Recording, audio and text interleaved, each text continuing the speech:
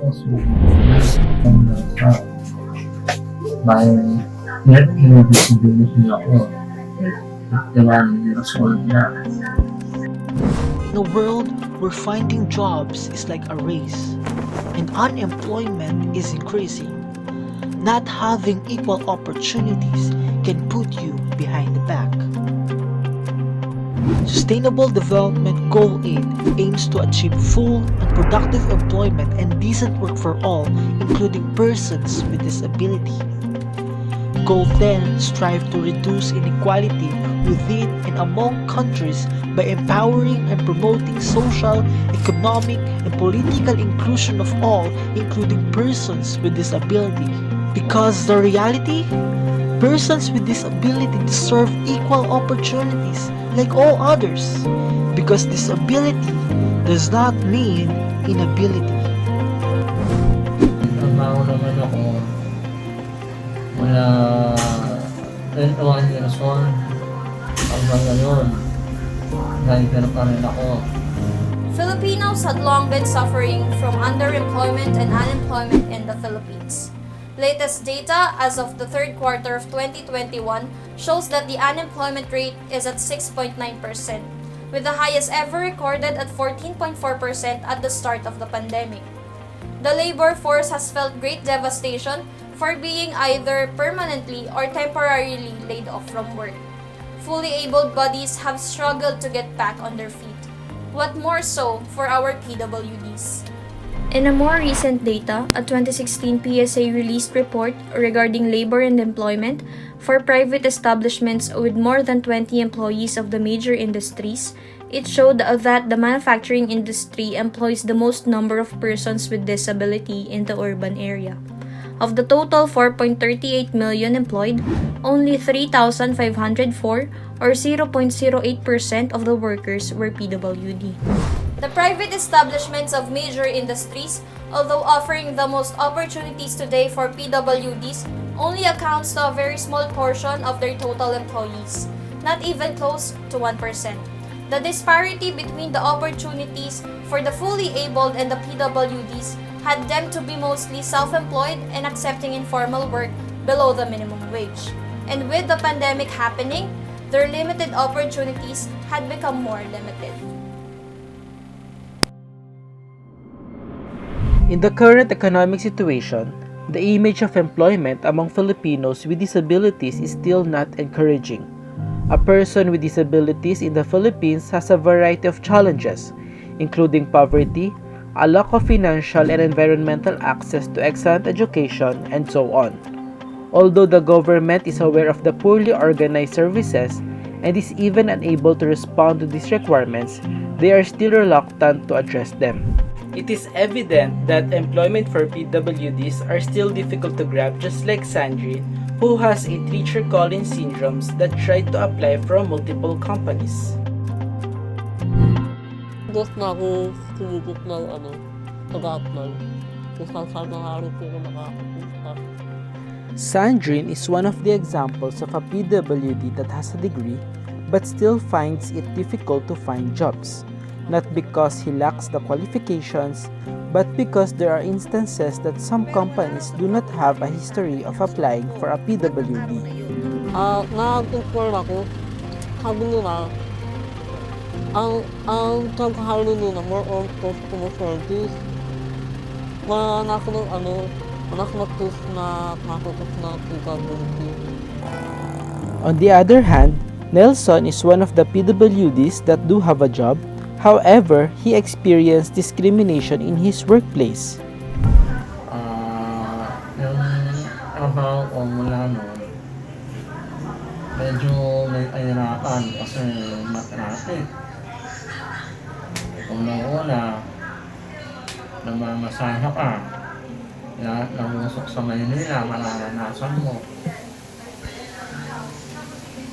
Lahat ang umagang mahisin. Ang gabi, araw-araw yun, mula 21 years old ako, hanggang ngayon, namamasahe pa rin ako. Hindi mo maliwasan na siyempre yung Ano ko lang sila pinapansin. Kasi nakakawalan yung anak ko, hindi naman awal.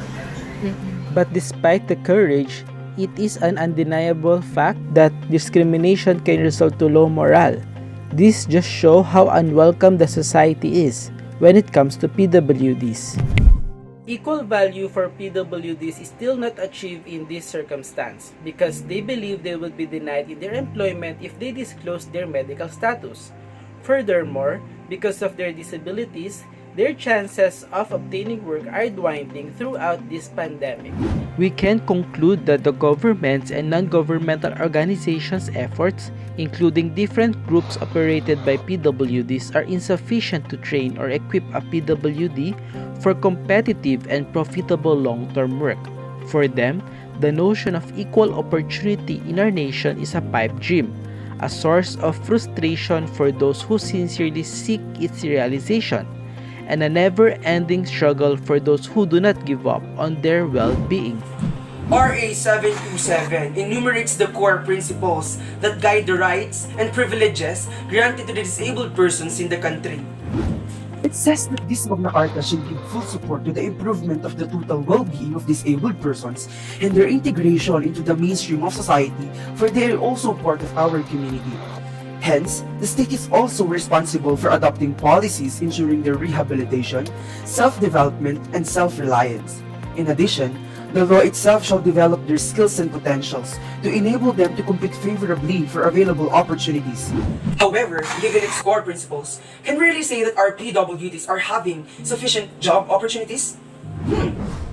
According to Heronia, who happened to be a PWD, in his article entitled Life as a PWD in the Philippines, when it comes to accommodating PWDs with varied physical, sensory, and intellectual impairment, the world, especially this country, appears to be still in the dark ages.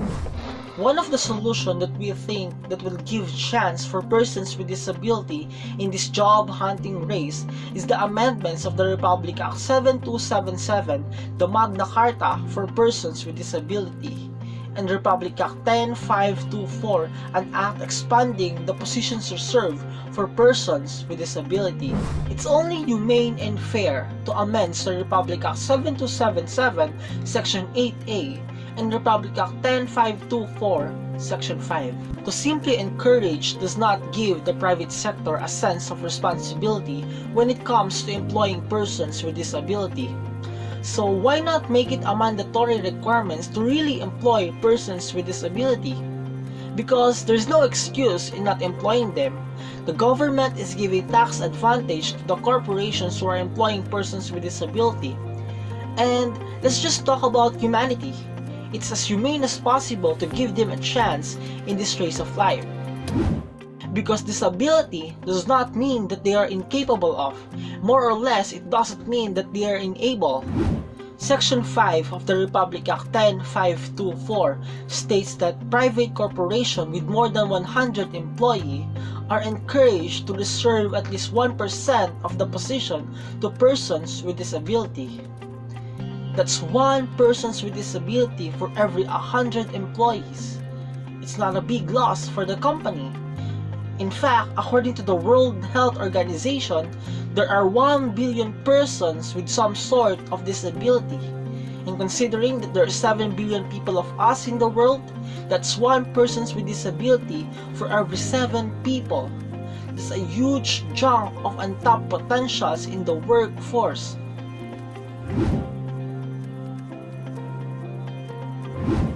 Yes, it will be beneficial to PWDs or the differently abled. The proposed amendments will entail at least equity to opportunities to work, life, and social aspect of these persons. With the amendment, I think one tool to eradicate discrimination of this sector is to make it mandatory for private employers to have at least a certain percentage based on a scientific approach on their workforce. But the same should consider equal protection to our employers because we have to take into account that some industry will not be practicable for differently abled persons. Because in reality, Persons With disability, Does not mean inability.